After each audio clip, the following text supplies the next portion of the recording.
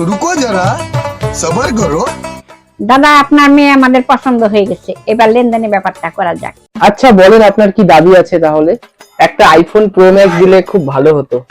ঠিক আছে দিয়ে দিব, কিন্তু নষ্ট হলে ঠিক করে দেওয়ার ক্ষমতা আছে তো আপনার ছেলের?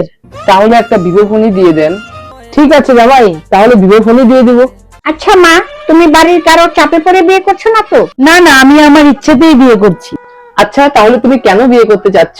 আমাকে তো এখন বাড়ির আশেপাশে কেউ ভয় পায় না, তাই আমি বিয়ে করে শাশুড়ি আর তার ছেলেকে ভয় দেখিয়ে মজা নিতে চাই।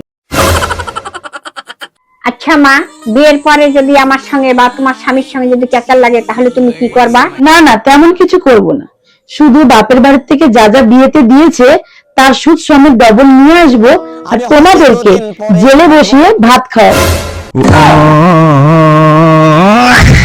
तू नारी नहीं पिशाचिनी है, पिशाचिनी।